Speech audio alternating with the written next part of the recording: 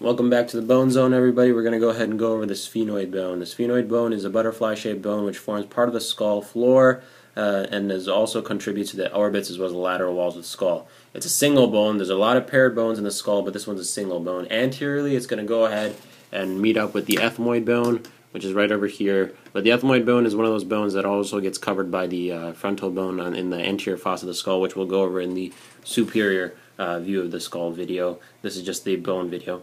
So, the singular bone video. Anterior is going to go ahead and meet up with the ethmoid, the frontal bone, the zygomatic, the maxilla, as well, and then also will have its own pterygoid processes, which will meet up with the maxilla.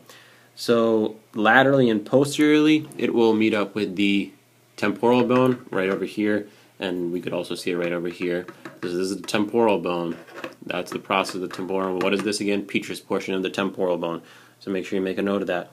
Posteriorly in the midline, it'll meet up with the basilar portion of the occipital bone. So just make sure you make a note of that. And then we could also see the greater wing of the sphenoid right over here. So this could be a tag potentially. So I could just put a dot right over there and ask you what this is, and then you don't have to say this is the greater wing of the sphenoid bone.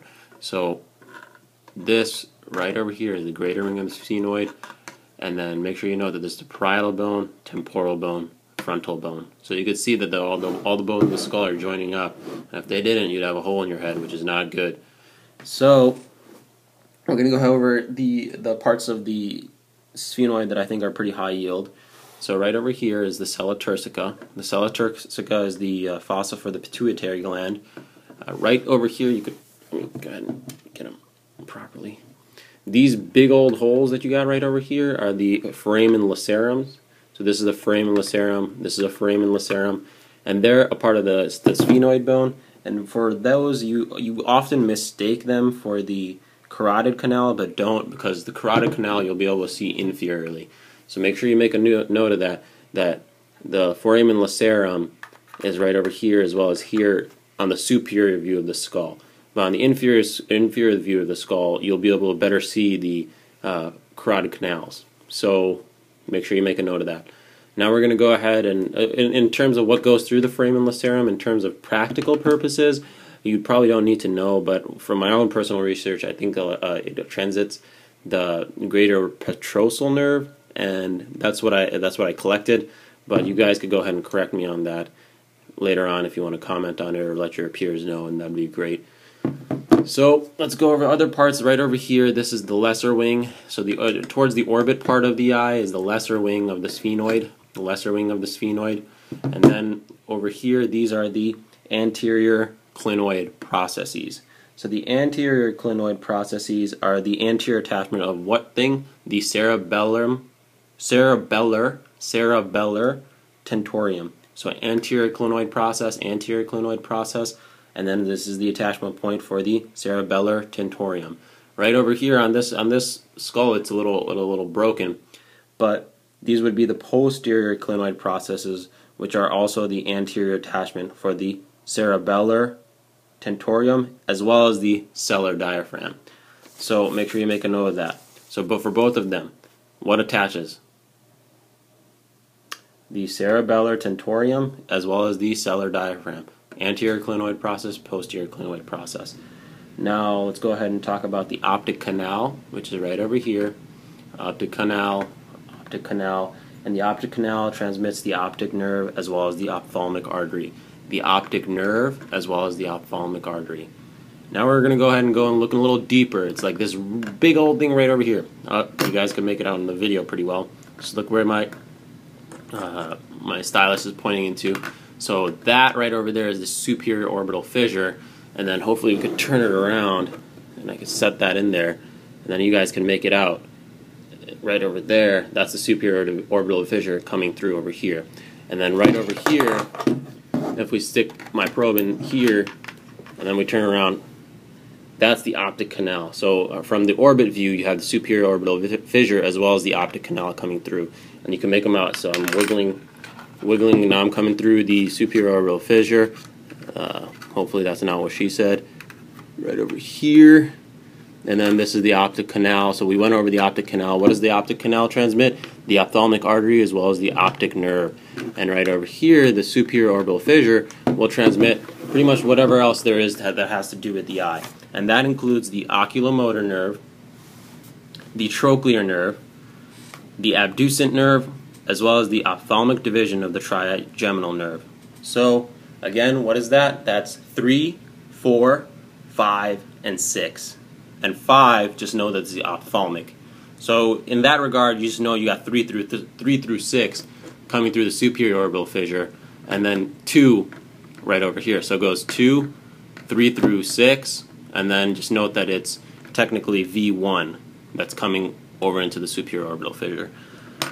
Now we're going to go ahead and talk about the greater wing. Again, I told you that the greater wing is right over here, and you can also see the greater wing on the side of the skull, right there. We also got to talk about a couple more foramen. So one of the foramen is a foramen rotundum, and the best way to remember this, I would say, is ROS. And like ROS works for me. I don't know exactly what works for other people, but for me, ROS worked really, really well. So RO, big one is the O, and then the little small one where this was actually tagged at one point for a practical was the S. So R stands for foramen rotundum, and you also need to know what goes through the foramen rotundum, and that's going to be the maxillary division of the trigeminal nerve. The maxillary division of the trigeminal nerve, cranial nerve 5, is going through the foramen rotundum. And what's the maxillary division? V2. So that's right over there. Foramen ovale is a very important structure, which is right underneath it. So R, the bigger hole right underneath it, is O, which is going to be your foramen ovale.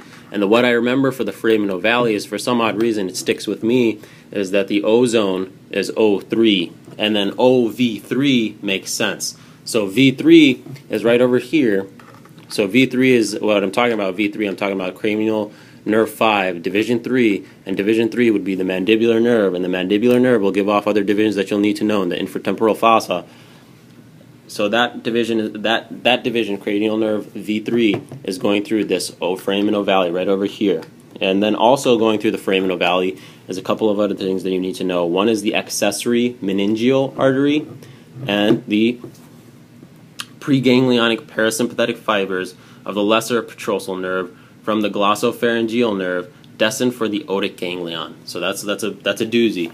So I'll say it one more time. The preganglionic parasympathetic fibers of the lesser petrosal nerve from the glossopharyngeal nerve destined for the otic ganglion.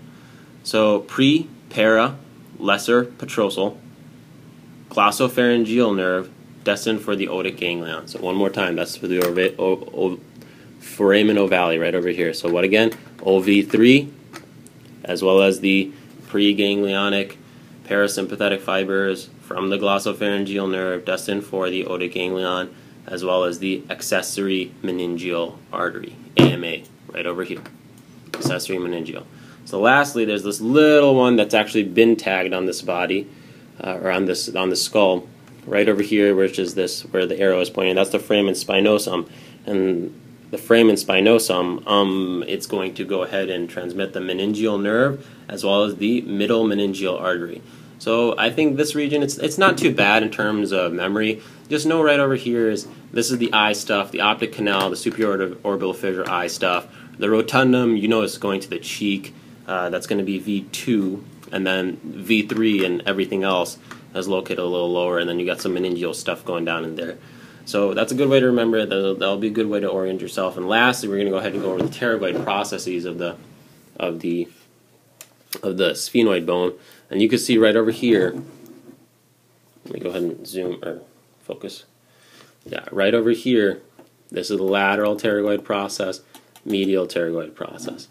And then medial pterygoid process, lateral pterygoid process of the sphenoid bone. And you guys got to note that those are the attachments for the medial and lateral pterygoid muscles. So that's the sphenoid bone, and you could also, we'll go over and make a video of the orbit of the eye so you guys get a good idea of the sphenoid, or the orbit, and what bones are forming it. So that's that, and I hope you guys enjoyed the video. It's a little long, these are a little longer, but this is the inside of the skull, and it's meant to be like that. But 10 minutes isn't too bad. Hopefully you guys could manage your time properly and try to do well on the test. So thank you very much.